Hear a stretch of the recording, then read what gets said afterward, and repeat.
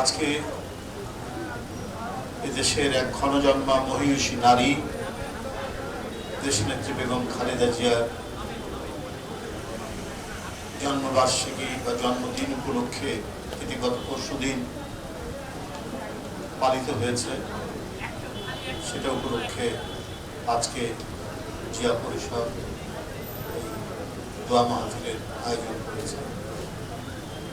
আমি তাদেরকে ধন্যবাদ জানাই। শত অত্যাচার নিপীড়ন সহ্য করা একজন মানুষ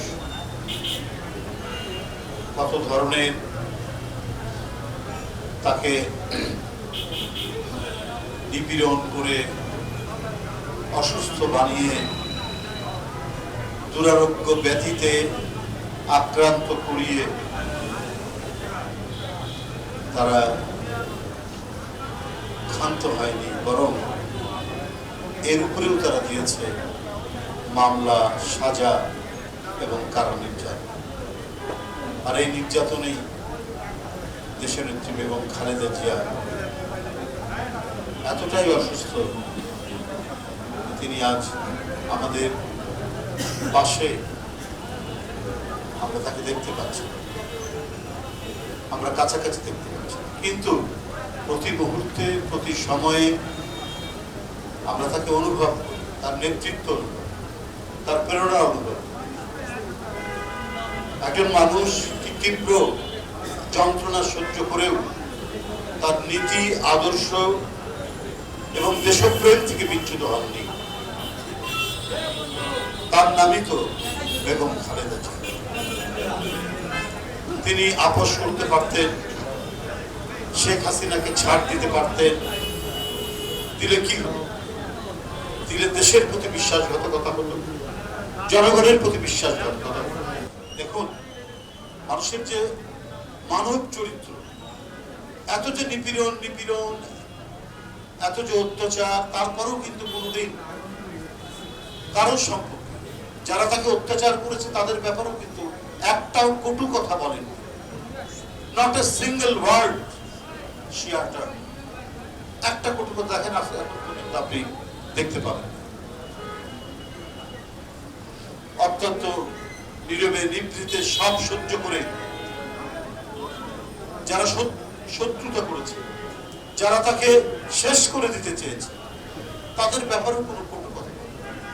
কিন্তু আমরা যখন বেগম খালেদা জিয়ার রাজনীতি এবং তার ব্যক্তিগত মহত্ব আমরা যখন দেখি, তখন মনে হয় যে আমরা সার্থক বেগম খালেদা জিয়ার কর্মী হিসেবে, আমরা সার্থক বিএনপির একজন সদস্য হিসাবে। আমাদের নেত্রী, দেশনেত্রী বেগম খালেদা জিয়া, তিনি তার শত্রু পক্ষকেও কটু কথা বলেন না, তার বিরুদ্ধে অসভ্য এবং কুরুচিপূর্ণ কোনো বক্তব্য দেন না।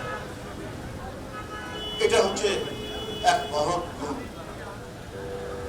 আমরা সেই পথ অনুসরণ করি, আমরা চলতে চাই, আমরা সেই পথকে অবলম্বন করতে চাই। আর জনগণের সামনে যে ওয়াদা করেন, সেই ওয়াদা থেকে তিনি কোনোদিন অঙ্গীকার থেকে সরে আসেন। এই জিনিসটা আমরা অনেক সময় ভুলে যাই। বেগম জিয়ার বিভিন্ন বৈশিষ্ট্য আলোচনা করার সময় যে জনগণের কাছে তিনি রাজনৈতিক, কখনোই কোনো সময়ে রাজনৈতিক প্রতারণা করেন। আমাদের এর আগের যারা নেতৃত্ব ছিলেন, এখনো অনেক কিছুই দেখি, কিন্তু আদর্শের প্রশ্নে যে কমিটমেন্ট, শেখ হাসিনা অবৈধ, এরশাদ অবৈধ, এর নির্বাচনে যাব না, বেগম খালেদা জিয়া যায়নি। এখান থেকে শিক্ষা নেওয়ার আমাদের অনেক কিছু।